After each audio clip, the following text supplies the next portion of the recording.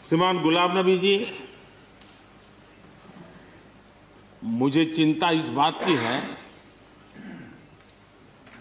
कि गुलाम नबी जी के बाद इस पद को जो संभालेंगे उनको गुलाम नबी जी से मैच करने में बहुत दिक्कत पड़ेगी।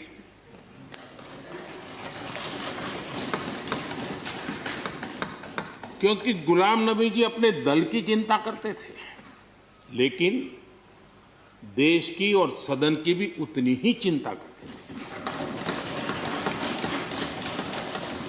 ये छोटी बात नहीं है जी, ये बहुत बड़ी बात है जी।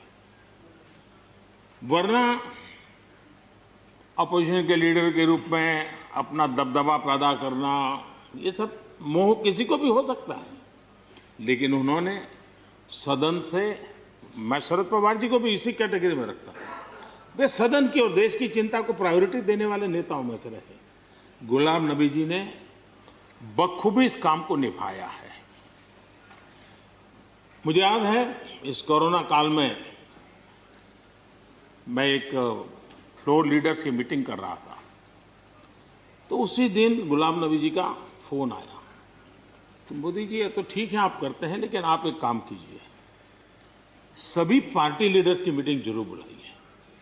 मुझे अच्छा लगा कि उन्होंने पार्टी लीडर्स के साथ, सभी पार्टी अध्यक्षों के साथ बैठने का मुझे सुझाव दिया, और मैंने उस मीटिंग को किया भी। वो गुलाम नबी जी के सुझाव पर किया था, और मुझे कहने में, यानी इस प्रकार का संपर्क, और उसका मूल कारण है कि उनको दोनों तरफ का अनुभव रहा है, सत्ता दल का भी और विपक्ष का। 28 साल कार्यकाल, ये अपने आप में बहुत बड़ी बात होती है। बहुत साल पहले की बात है, शायद अटल जी की सरकार होगी, मुझे याद नहीं रहा। मैं यहाँ सदन में किसी काम से आया था, मैं तो तब राजनीति में नहीं था, ये इलेक्टोरल पॉलिटिक्स में नहीं था, मैं संगठन का काम करता था। तो मैं और गुलाम नबी जी ऐसे ही लॉबी में गप्पे मार रहे थे। अब जैसा पत्रकारों का स्वभाव रहता है, बराबर नजर लगाए बैठे थे कि ये दोनों का मेल कैसे हो सकता है। हम हंसी खुशी से बातें कर रहे थे, तो हम जैसे ही निकले तो पत्रकारों ने घेर लिया। गुलाम नबी जी ने बहुत बढ़िया जवाब दिया था। वो जवाब हम लोगों के लिए बहुत काम आने वाला है। उन्होंने कहा, भाई देखिए, आप लोग हमको अखबारों में या टीवी माध्यमों में या पब्लिक मीटिंग में लड़ते झगड़ के देखते हो, लेकिन सचमुच में इस छत के नीचे हम जैसे एक परिवार का वातावरण कहीं नहीं होता है। इतनी हमारी आत्महत्या होती है, इतने सुख दुख होते हैं। ये जो स्पिरिट है, वो स्पिरिट अपने आप में बहुत बड़ी बात होती है। गुलाम नबी जी का एक शौक शायद बहुत कम लोगों को पता होगा, और कभी उनके साथ बैठोगे तो बताएंगे। हम सरकारी बंगलों में रहते हैं, तो बंगले की दीवारें, अपना सोफा सेट, उसी के आसपास हमारा दिमाग रहता है।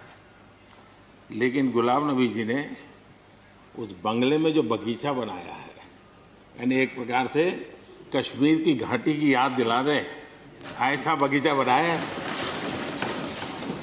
और इसका उनको गर्व भी है, वो समय देते हैं, नई नई चीजें जोड़ते हैं, और हर बार जब कंपटीशन होती है तो उनका बंगला नंबर 1 ले आता है।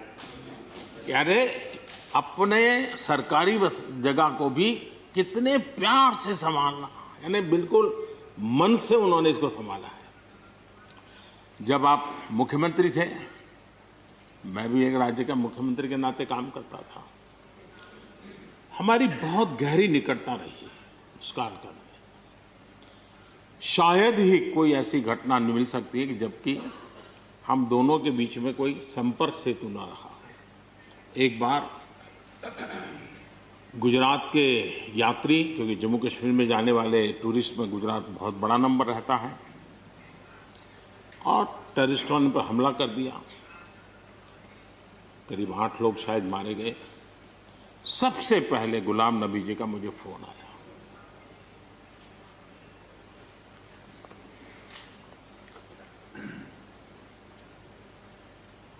और वो फोन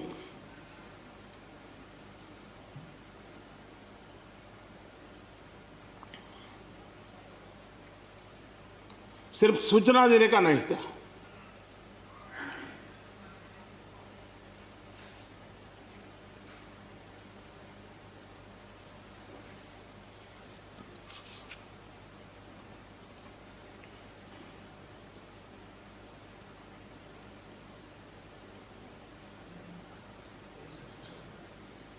उनके आंसू रुक नहीं रहे थे। फोन पे उस समय प्रणब मुखर्जी साहब डिफेंस मिनिस्टर थे। मैंने उनको फोन किया, मैंने कहा साहब अगर फोर्स का हवाई जहाज मिल जाए डेड बॉडी को लाने के लिए। रात देर हो गई थी। प्रणब मुखर्जी साहब ने कहा आप चिंता मत कीजिए, मैं करता हूं व्यवस्था। लेकिन रात में फिर गुलाम नबी जी का फोन आया। वे एयरपोर्ट थे।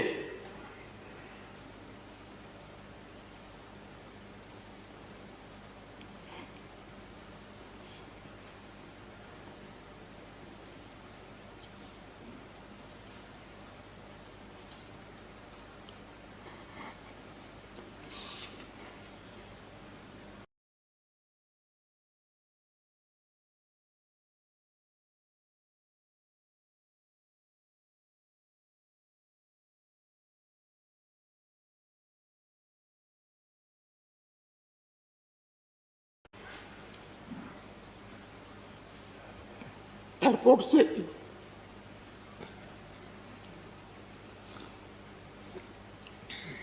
उन्होंने मुझे फोन किया और जैसे अपने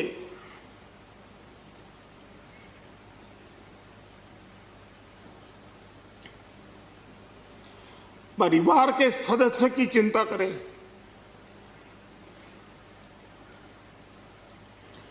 वैसी चिंता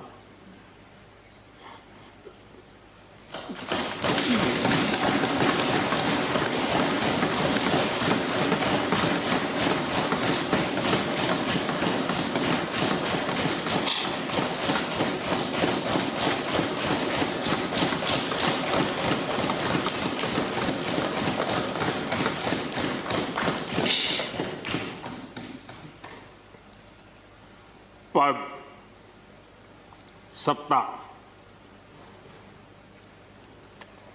जीवन में आती रहती, लेकिन उसे कैसे पचाना,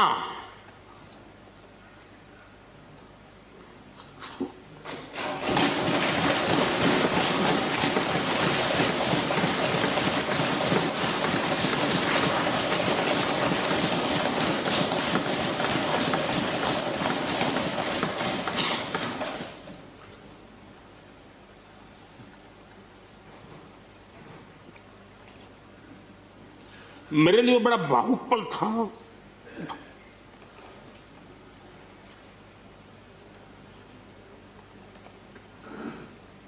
दूसरे दिन सुबह फोन आया कि मोदी जी सब लोग पहुंच गए।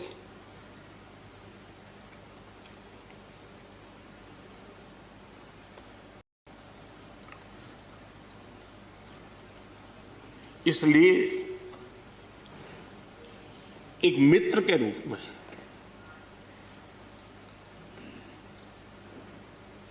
गुलाम नबी जी को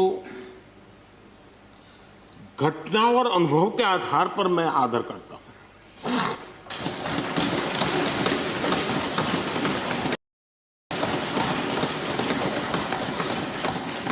और मुझे पूरा विश्वास है कि उनकी सौम्यता, उनकी नम्रता, इस देश के लिए कुछ कर गुजरने की उनकी कामना, वो कभी उनको चैन से बैठने नहीं देगी।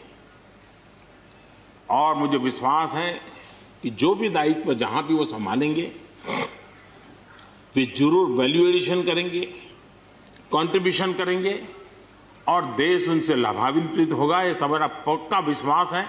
मैं फिर एक बार उनकी सेवाओं के लिए आदरपूर्वक धन्यवाद करता हूं और व्यक्तिगत रूप से भी मेरा उनसे आग्रह रहेगा कि मन से मत मानो कि अब आप इस सदन में नहीं हो। आप के लिए मेरे द्वार हमेशा खुले, इन चारों माननीय सदस्यों के लिए खुले हैं। आपके विचार, आपके सुझाव, क्योंकि देश में सब बहुत जरूरी होता है, ये अनुभव बहुत काम आता है, मुझे मिलता रहेगा, ये अपेक्षा मैं रखता ही रहूंगा। आपको मैं निवृत्त होने नहीं दूंगा। फिर एक बार बहुत शुभकामनाएं, धन्यवाद।